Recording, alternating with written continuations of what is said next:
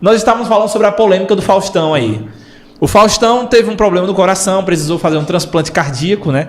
E aí muita gente criticou aí na imprensa, nas redes sociais, porque existia uma fila enorme, né, de pessoas aí na frente aí para receber um coração. E aí o Faustão acabou tendo esse coração. E aí muita gente disse que foi por causa que ele era um cara rico. Até notificaram o Ministério da Saúde, o Ministério da Saúde soltou notas aí, enfim. Houve uma polêmica grande aí. Eu queria que você nos explicasse um pouco sobre essa fila.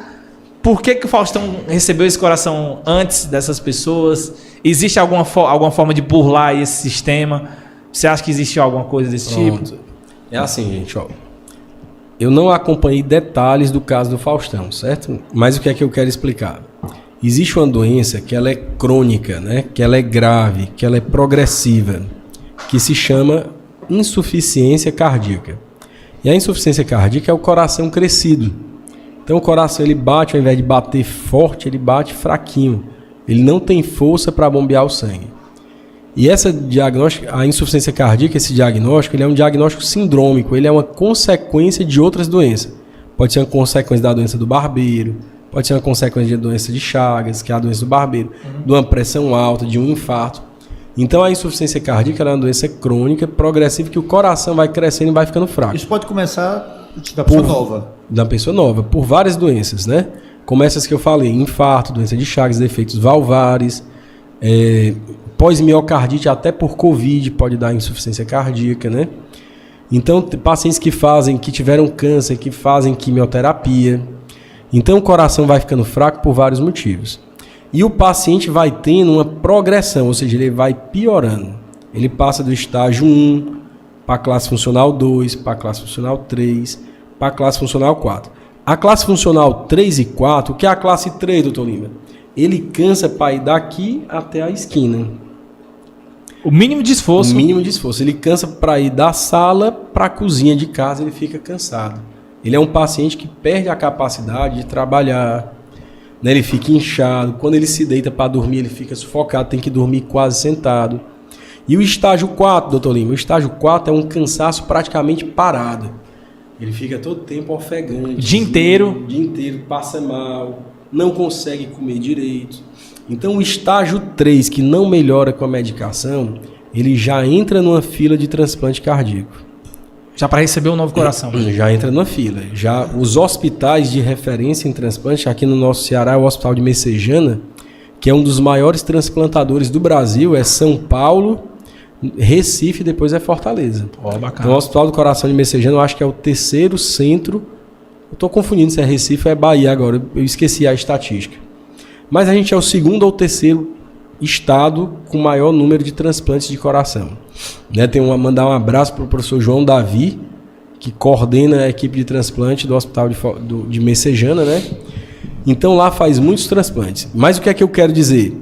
Que o estágio 3, ele ainda está estável, que nem a gente aqui. Ele não consegue andar, ir para a rua, ele passa mal quando faz esforço. E o estágio 4 é mais grave ainda, ele fica inchado. Só que vai ter um momento que esse estágio 4 ele vai ficar muito inchado, com muita falta de ar. E ele vai acabar sendo internado no Hospital do Coração de Sobral. E aí nessa internação ele pode melhorar e ter alta para casa e voltar para ser o estágio 3 ou 4 e fazendo um acompanhamento com remédio. Ou ele pode piorar. O rim pode parar, ele pode começar a fazer hemodiálise, a pressão dele pode ficar muito baixa. E ele tem que tomar remédios na veia forte, chamado noradrenalina, dobutamina. Isso para ajudar o coração a bater. Para ajudar o coração a bater para ver se melhora. Certo. Só que o coração não está melhorando. Então agora ele só está vivo. No estágio 4 descompensado, ele só está vivo por medicações fortes que são dados em UTI. Se eu desligar esse remédio, ele morre. Então esse é o estágio 4 refratário, que é o chamado estágio D da insuficiência cardíaca. Foi divulgado na imprensa, não sei se o senhor ficou sabendo o estado que estava o coração do Faustão? Não, aí são informações técnicas e não pode ser divulgado. Isso é uma coisa pessoal dele, né? Mas para ele ser transplantado, provavelmente ele já estava nesse Provavelmente estado, né? Não, logicamente que sim. Ele já estava, né? Certo. Você ia querer trocar seu coração sem precisar? Sem precisar? Não faz sentido. Não faz sentido, né? Ele deve ser a pessoa que deve...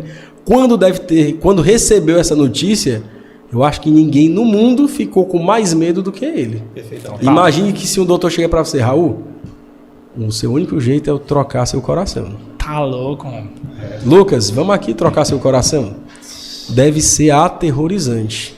Mas por outro lado, você está piorando. O coração bate tão fraco que ele não bombeia sangue pro rim, não bombeia sangue para a cabeça. Você fica pálido, internado, tomando remédios fortíssimos. Às vezes ele não consegue bombear o líquido do pulmão. Às vezes chega a ser entubado em UTI, né? Precisa usar um coração artificial. E esse paciente que está muito grave, ele vai morrer. Ele pode esperar a fila normal? A fila normal, ela é nacional? Ela é nacional. Você participa, por exemplo, uma pessoa de Sobral hoje que ela precisar de um transplante. Não, aí tem a fila de aí tem as centrais de transplante, né? Existe a central esqueci, tem a central de doação, esqueci o nome técnico agora. Essa central ela é de regional, doação que é estadual, né? Estadual. Um coração lá do Rio Grande do Sul com dificuldade provavelmente vai chegar em Sobral. Vamos perder esse coração no trajeto. Só para esclarecimento mesmo. Depois que o coração é removido, né, daquele paciente ali que teve, sei lá, morte cerebral, mas o coração... Isso, então como é que acontece? Geralmente... Quanto tempo ele ainda demora? De horas, né? Aí é? Então, existem as centrais de captação de órgãos. Por exemplo, quem é o paciente potencial doador? Isso a gente tem que estimular, gente. Porque muitas pessoas precisam de uma córnea, muitas pessoas precisam de um rim, outros precisam do coração, né? Outros de pulmão. Então, quem é o doador? Geralmente é um paciente saudável, que não tem uma doença infecciosa grave, não é portador de HIV, não tem viroses crônicas como hepatite B e C. E geralmente é um paciente saudável. Então, geralmente... Não tem nenhum vício, né? Não tem... Não é nem vício. Ele tem que ter os órgãos funcionando e não pode ser doença que se eu tirar aquele órgão dele e botar em você, você não adquire AIDS, hepatite B e C. Porque pode até perder o transplante. Entendi. Então, geralmente são pacientes vítimas de politraumas.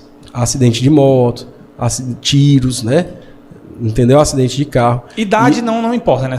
A idade nem importa. O que importa é se, quando eu dava plantão lá em São Paulo, a gente cuidava desse paciente que teve uma lesão grave cerebral e entrou em morte encefálica. E aí a gente tem um time de um dia, 24 horas. Por quê? Porque quando o cérebro morre, todos os órgãos começam a se descontrolar. Em poucos dias, por aparelho, se não tiver aparelho, em minutos o corpo morre.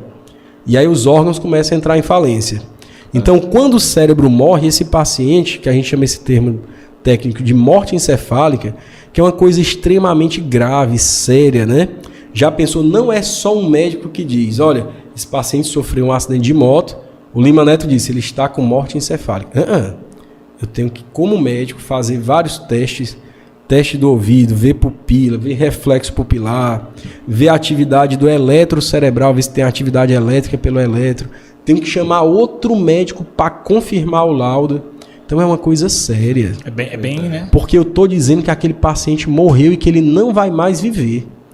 Quando uma equipe médica confirma o diagnóstico de morte encefálica, a gente tem poucas horas para os órgãos pararem. Se o cérebro parou, todos os hormônios da gente é produzido no cérebro. Adrenalina, noradrenalina, hormônio da tireoide, hormônio para funcionar o inteiro, tudo. Então, se o cérebro morreu, em horas esse corpo vai parar. O hospital tem essa captação, existem as pessoas ali que estão monitorando tudo que está acontecendo. Aí a gente liga para a captação, temos um potencial doador. O médico que está acompanhando ali a equipe de plantão liga. Aí as equipes de captação vão começar agora o protocolo de confirmar a morte encefálica. Cada hospital tem essa? Tem. Aí Santa tem Casa, por exemplo, tem. Hospital do Coração, todos têm. Tem, porque não é do hospital, é do estado do Ceará. Elas aí essa central de captação confirmou morte encefálica? Sim. Vamos entrar com a família. A família aceita doar os órgãos? Não. Aí se a família não aceitar, não passa nada. Não pode. Porque é o meu paciente, é o meu ente querido. A pessoa, minha mãe morreu, eu não quero doar e alguém vai lá, arranca o coraçãozinho dela. Hoje Então tem que primeiro a família querer. Então, hoje a maioria das famílias querem? A minoria quer, A minoria quer? A minoria. A minoria Eles preferem que fique lá e... prefere que Eu já fique lá. falei, se eu chegar a partir e servir alguma coisa, pode doar o que tiver. Porque, cara. Porque a gente pode prolongar a vida de outras Perfeitamente. famílias, né? Às Inclusive, vezes nesse problema do Faustão, o cara era mais novo mesmo. O cara que foi o transplantado, o cara era bem mais e novo aí, que ele. então, pois é. Aí se esse potencial doador foi viável, a família quis, aí começa uma jornada contra o tempo. Tem que ser... De tirar o máximo de órgãos que a família aceitou. Tem família que aceita só a córnea, tem família que aceita tirar o fígado, libera para tirar o rim, até de pele, parte da pele pode ter a transplante. É mesmo. E aí esses doadores, aí o paciente vai da UTI, vai para o centro cirúrgico para fazer uma cirurgia de captação do órgão.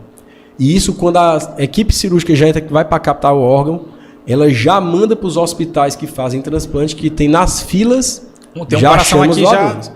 Aí tem desde paciente que está estável em casa, que está em classe 3, existe paciente que está em classe 4 no hospital, e existe aquele paciente que morre e não morre. Esse aí é o que tem a mais prioridade. Prioridade de fila, que foi uma das coisas que aconteceu com o Faustão. Ele era prioridade Mas aí. além da questão da prioridade, tem a compatibilidade também. E aí vai ter que ter os testes de compatibilidade, né? Que são testes sérios que são feitos. Então isso é muito regulamentado. Não existe compra de órgãos. É muito minucioso, né? Muito minucioso, porque é uma coisa muito séria. Eu tenho que confirmar o óbito de uma pessoa. Eu tenho que ter uma logística para tirar aquele órgão naquela hora, em poucas horas para tirar o órgão. Eu já tenho que dar aquele órgão um cuidado de armazenar aquele órgão em soluções estéreis, preparadas com soluções para, como é que diz? Nutritivas, com meios químicos especiais para aquele órgão aguentar 6 horas em média para aguentar um transplante. É 6 horas o máximo Não é o máximo. O máximo varia para cada órgão, eu não sei lhe dizer do exatamente, coração. porque são todos protocolos. Isso é uma outra parte da medicina que não é nem da minha especialidade. Sim. Mas quantas horas pode? Na minha cabeça é em torno de 6 horas. Então começa uma jornada contra o tempo. Da hora que eu tirei, então nesse intervalo existe uma equipe de transplante por trás, já separando avião, helicóptero. Às vezes o helicóptero pousa no heliporto que tirou o hospital aqui, o coração vai para outra cidade. Às vezes vai para outro estado. Meu Deus. Para você poder salvar uma vida. Tem que ser Então rápido. isso, o SUS hoje é um dos países campeões em transplante. Muito transplante no Brasil, muito avanço, com um custo do sistema de saúde muito alto. E doutor, uma vez feito o transplante lá, existe algum número, assim, no que diz respeito à taxa de rejeição? Aí tem taxa de... Há um tempo... Tem a observação, né? Que no caso o Faustão, ele recebeu, se eu não me engano, saiu notícia que ele recebeu alta agora. Mas ele ficou ainda alguns dias ainda. Ele recebeu alta e agora vai tomar uma série de remédios. Por quê? Porque mesmo sendo compatível, né, existe a pesquisa de HLA, eu tenho que agora tomar remédio porque eu botei um corpo estranho dentro de mim. O meu organismo vai rejeitar.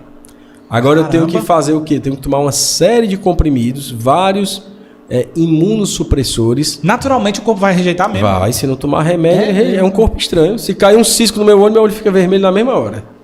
Se cair uma coisa na nossa garganta, ele rejeita. A gente só falta morrer de tossir. Né? Se uma abelha ferroar, fica logo inchado, rejeita.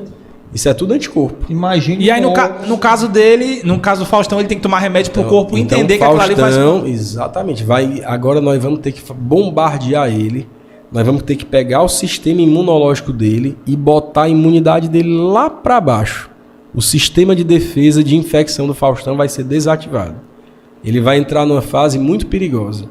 De risco de uma gripe virar uma pneumonia e ele morrer. De uma infecção... Isso para todo transplantado. Para todo transplantado. Por isso que são drogas chamadas imunossupressores. Eles suprimem a imunidade. Vai baixar, ou seja, qualquer ventinho... Aí eu não vou ter células de defesa minha que vão reconhecer aquele órgão como estranho.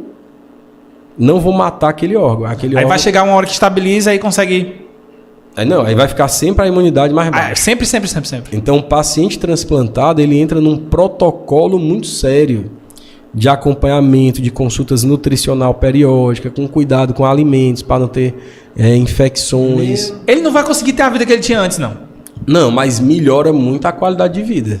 Comparado com... Mesmo com a imunidade baixa aí, direto. Mesmo com a imunidade baixa, que o coração vai conseguir bombear direito, ele vai voltar a respirar. Você sabe o que é ficar sem respirar? Eu tinha um paciente da Serra que eu gostava muito dele. Ele tinha insuficiência cardíaca estágio 4.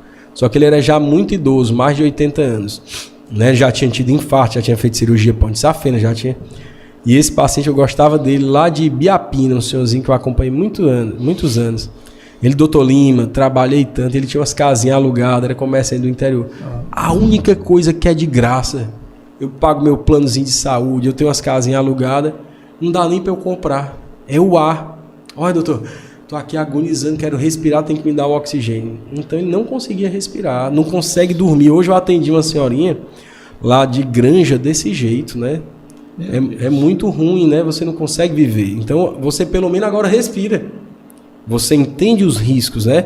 Ele vai ter uma vida diferente, mas bem melhor do que a que ele tá.